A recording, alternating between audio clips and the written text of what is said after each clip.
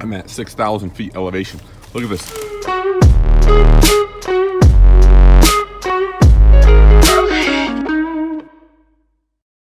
Look at this. The chips are ready to explode. They inflated so much. So it's a small town. I don't know exactly where I am, but I seen an empty parking lot like this. To the right of me is, guess what? Wells Fargo and a Napa store. But here's like some old chicken barbecue drive-through. Anyways, it snowed, of course. They plowed the roads. I think it's time for me to go. So yeah, that's my situation. 6,000 feet of elevation. Hopefully I'll make it down the mountain. I only have like 4 pallets in the long trailer. There's the trailer behind me in the mirror. Not a lot of weight holding me down. So brakes aren't going to help you much if you use them a lot. You know what I'm saying? Oh yeah, this ain't no joke. The UPS truck in front of me that I let him pass me, I can't even see him. I could see his 3 ID lights on the top, but the blizzard, it's definitely a blizzard. He's booking so strong. Look at him. We're at 50 miles an hour, and can you see him? It's literally black. Yeah, there's the high beams. Now I can see his taillights a little bit, and his 3 ID lights, and 1 orange marker on the front.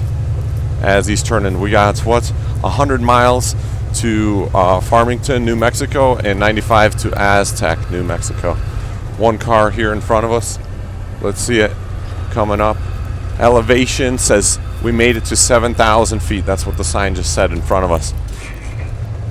This is real trucking action. And it ain't no joke. These hairpin turns, diesel smoke. Have you ever heard that song? You know, are you scared?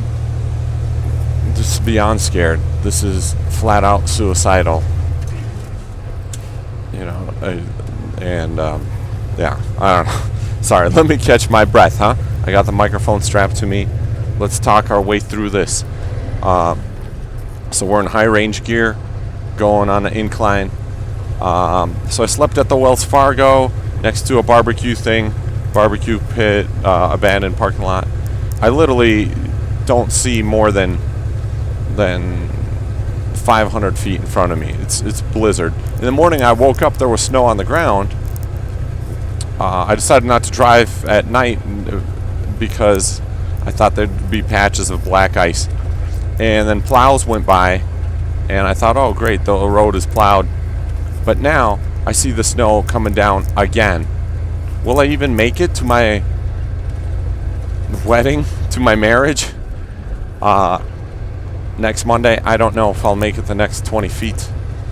You know, this paper thin guardrail is supposed to keep me and my load on the road. I don't know. You know, I only have 4 pallets in the back. So using my brakes is pointless because you'll just slide right into off-road and on the cliff. But that UPS guy is booking, huh? It's the second UPS guy I've seen, and I think I seen like a US Foods truck. And I don't know where he went. He's gone. I can't see him at all. But he was definitely doing the speed limit, 70, you know. It says reduce speed ahead on the sign. Yeah, I don't know. Can you see anything? It's my high beams on. Here comes a car.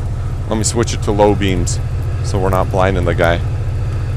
My wipers are starting to freeze right now, so I put the blower on high. That might have been a Ford police car or something that went by. So that's it. It says Farmington, 97 miles, Bloomfield, 84. The place we're going to is 96 miles away on the GPS. And you got to maintain your speed, I think. That's the only way to go. Maintain your speed, and that way you won't be spinning your wheels. That way you'll be getting traction. So now it's a downgrade. Relying on that engine brake that barely works. So we just downshifted it a little bit.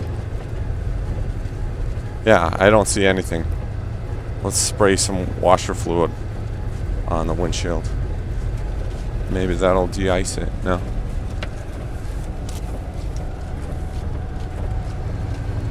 I don't know. I think that was a bad idea.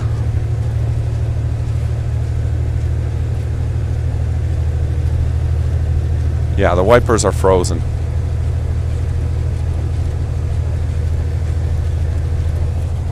So, that's how my morning is, everybody. This was a 3-stop load, and I'm on the way to the 3rd stop, which is a school somewhere in the middle of nowhere. And I guess school lunches is what the frozen food in the back is. I'm so upset that the truck got away from me, because I really wanted to use him as a guide, but he was just cruising. He was going fast. Here comes another car right about now. We'll be switching down to low beams. The windshield has cleared up a little bit since I sprayed some of the washer fluid on. It has de-iced. It has de-iced a bit. So,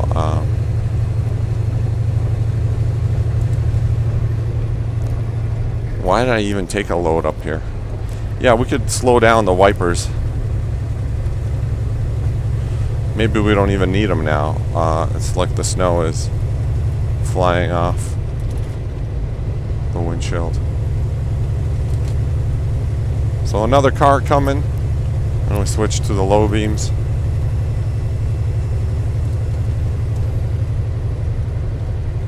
Yeah, I think we do need the wipers on at least delay. So it says 80 miles straight. Where in the world are we? We're just like south of Durango, Colorado, if you know. There's a video, maybe I'll throw, if I find it, I'll throw it in the link of the description of this video below. There's a video I recorded long time ago with Alex Sokoloff. Oops. Accidentally opened the window with my foot. Okay, so we were with Alex Sokoloff coming from, it was around January, February time, like this.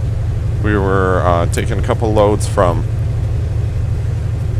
South California, San Diego area, and he thought all we would need is shorts because that's what you wear in San Diego. And so we ended up somewhere out here on his 2-car open Dodge Ram. We made it. We had a delivery to Durango, and the next one was like to Denver. And so we dropped the car off in Durango. We were just relying on the Google Maps GPS, and it takes us north of Durango around Red Mountain Pass. And I didn't realize it I didn't realize we're going to Red Mountain Pass until after we passed a portable DOT inspection checkpoint on the other side of us, entering Durango from the north. Well, we're leaving Durango, going north, and those police officers definitely eyeballed us and thought we looked delicious, just as much as Dave Chappelle likes his chicken. That's how they looked at us. No pun intended. So we, I was like, those are the guys you got to stay away from, the DOT inspection checkpoints, Alex. And he's like, oh, yeah, and tell me more about them. So, shortly after that, we realized we are going toward Red Mountain Pass. I said, Alex, I've been at Red Mountain Pass in the summer. You fry your brakes out. You fry your brakes on Red Mountain Pass on your Dodge Ram, because it's constant up and downhill. And speed limit's 30. I said, and it's winter, and we don't have snow chains. We're going to die. I said, you choose. We talk to DOT if we turn around and go back the other way to Denver, or we just flat out die on Red Mountain Pass. And you just got married. And he said, I choose death. I said, I choose death too, so let's go. So fortunately, there was the last stop before Red Mountain Pass was a tiny gas station, and they did sell snow chains. They didn't even mark them up, to take advantage of you. They just sell them, And we bought some snow chains that were for a semi-truck. Look at this pickup, huh? Let's pass them. We bought some snow chains that were made for semi-trucks, and we put it on our Dodge Ram 2500 two-wheel drive in the back. And off we went. Well, those chains were the style that had like the deep hooks in them to grab inside to cut through ice. They were like ice chains. So you wouldn't want to be driving with them on a thin layer of snow, and just not affecting as much where you don't need them. You know what I mean? On a thin layer of snow, they're just smashing through the pavement, and they're really wrecking your tire. Really, that's what's happening. And that's kind of what was going on, because it was just an inch of snow or so, kind of like this right now, not a lot. And so by the time we got to the top, near the summit, the chain smashed the pavement so much that bits of the chain were breaking, cross sections of the chain, and they would start flinging around and wrecking the box of the truck. So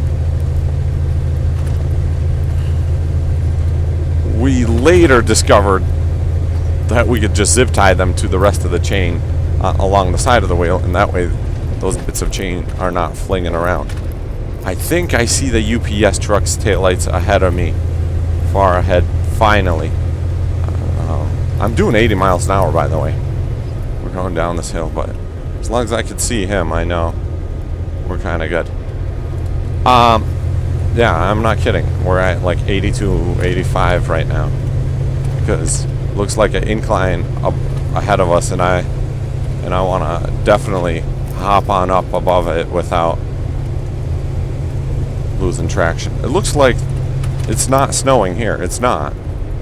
And the plows have plowed it, so we've made it through, I believe, and I'm going to turn the heater down a bit. So what happened is we got stuck with Alex on the Red Mountain Pass. There was like a corner or turn that we couldn't really get traction enough. We had to slow down for the turn, and because we did that in our trailer, what do you call it? Not jackknifes, but turns.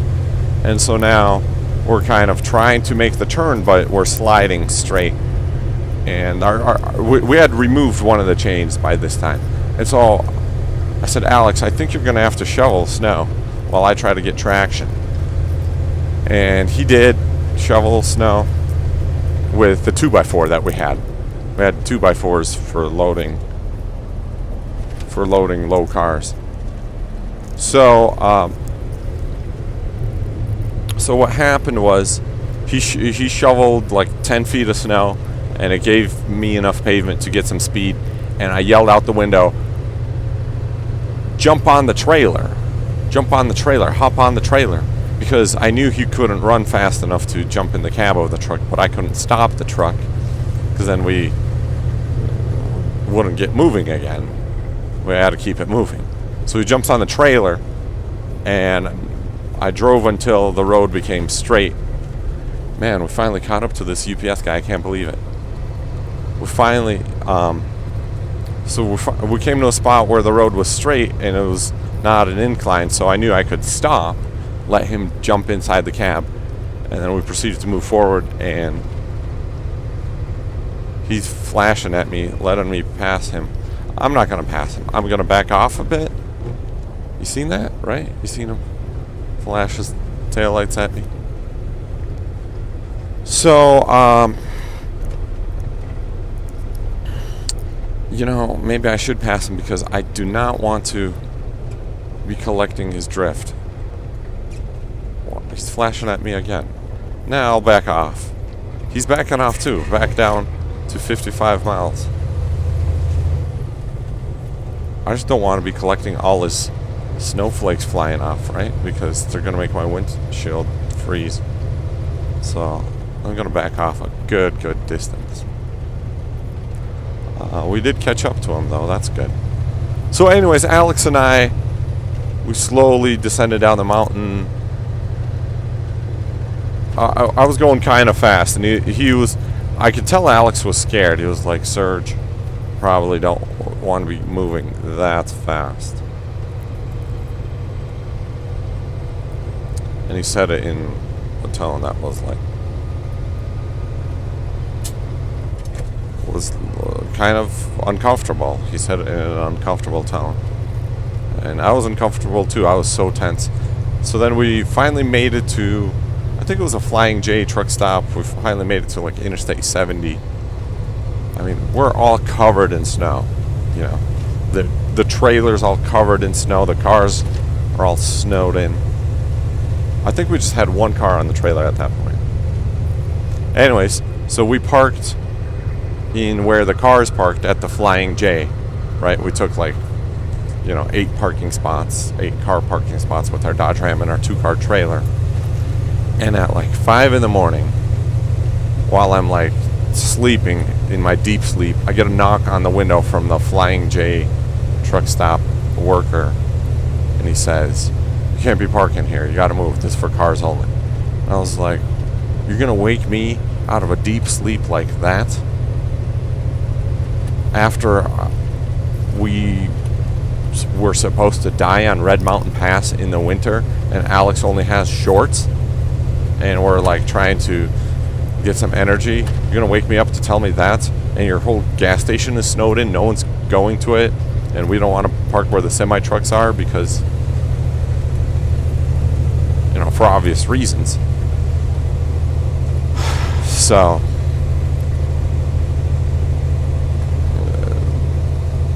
that's why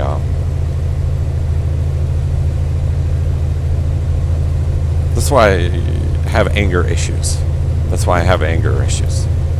So thanks for this therapy, internet, YouTube, whoever's watching. Maybe you could pass this video along, learn something, and maybe the Flying J worker may hear of it too and stop waking random people up at 5 in the morning while they're sleeping in their truck in the car area, because they might have just escaped Red Mountain Pass in the winter. But so yeah. All right, that's it for now. My name's Serge. SergeTheCarHauler.com is my website, and Instagram, Serge the Car Hauler. Thank you. Drive safe.